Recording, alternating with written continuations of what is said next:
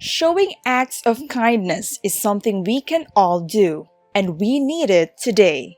Here are 8 acts of kindness and compassion that can help restore that glimpse of hope in humanity that you have inside you and make you want to commit some good in the world in return.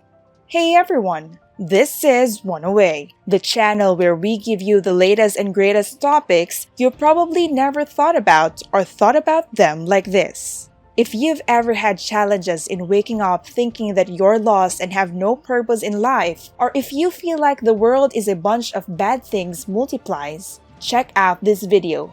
You won't regret it.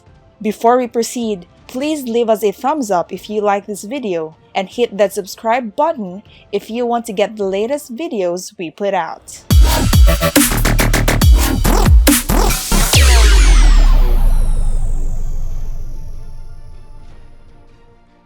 Not all heroes wear capes. And indeed, this was the case of the young Charles Williams, who had lost his father to the battle of colon cancer when he was 8 years old.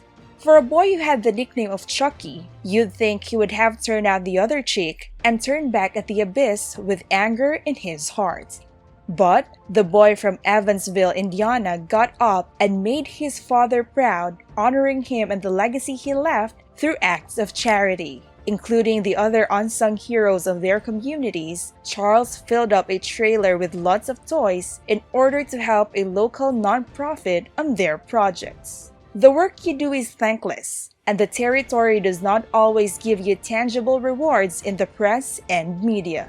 So, it's a good thing that not all heroes wear capes, because every bit of help helps, even without the stardom.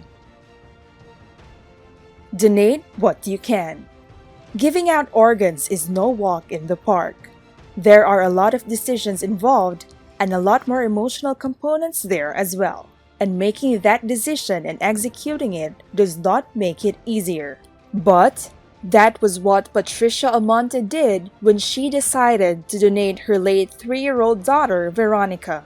Every person's life is sacred, but the organs were able to save the lives of an 8-month-old baby, a woman over 60 years old, and a 2-year-old. Though it seems grim, the sacrifice in lives, that amounts to something good. When looters win, you help. That was the case of the Salvation Army over at Sanford, Maine, when the community got word of a burglary that amounted to $1,700 stolen. The nonprofit had done its projects for food and outreach programs, and the local community wanted to help them out. So they got up and helped start a fundraiser to restore what was stolen.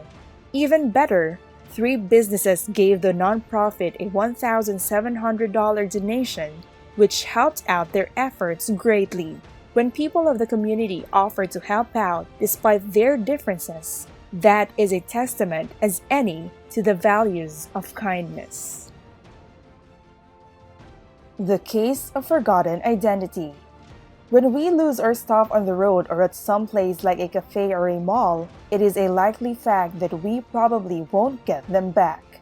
There are times though that this is the case, even if it took a while.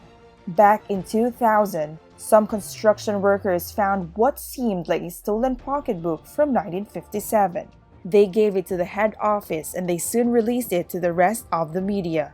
The owner was identified as Alma Scott Grease Haber, who was already dead by that point. But internal genealogists were able to put 2 and 2 together and were able to find John Grease Haber. The family, along with Alma's great-grandchildren, were able to see a memory and life of an ancestor.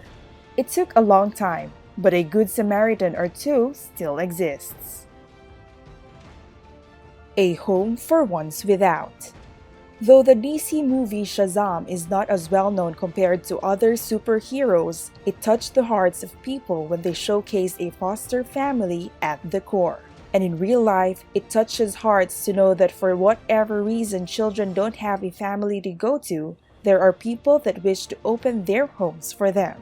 One of these is from Mohammed Bazik and his wife, who both agreed to offer their house as a foster home for terminally ill children.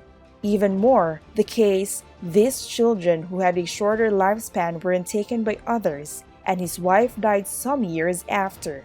Though it was hard for Muhammad, he continues the work stating that you have to love them as your own.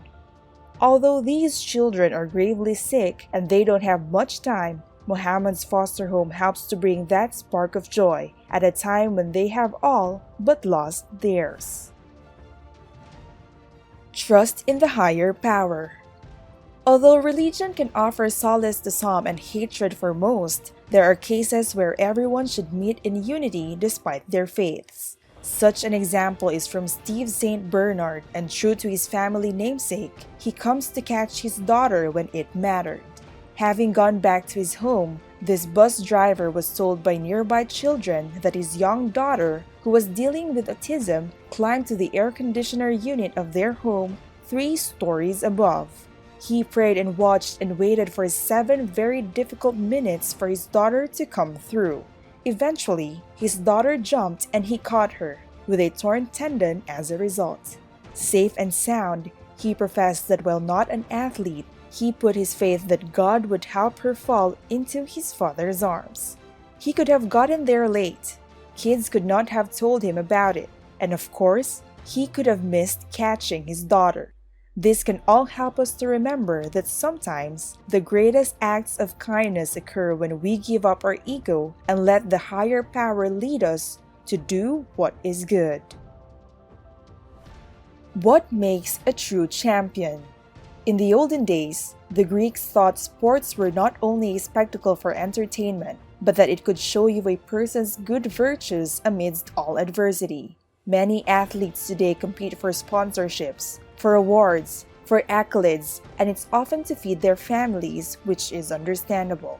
And then there are some who, despite all these pressures to succeed, find it in themselves sportsmanship and compassion. Take Jacqueline Kiplimo, who was all but ready to bag the first place in a sponsored marathon in Taiwan, but lost that spot as she helped a disabled runner to get to the finish line. And some of these virtues happen even before the competition begins, as was the case of a college athlete Cameron Lyle. Due to his focus on track and field as a college prospect, he had forgotten that he registered as a bone marrow donor back in high school. Although he had a championship medal to win, he owned up to it and went with surgery to help a man with leukemia. He lost his medal, but he remains a man of his word, which is another quality in a virtuous champion. Dogs are our best friends, but are we theirs?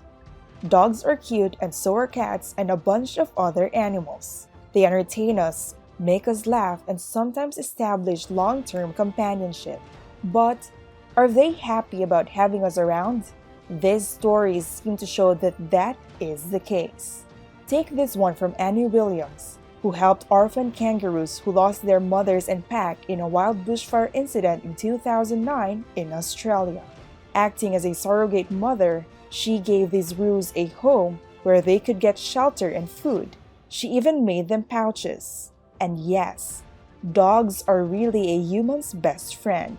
At least, this was the case of over 70 bulldogs that the California Animal Control Center had seized.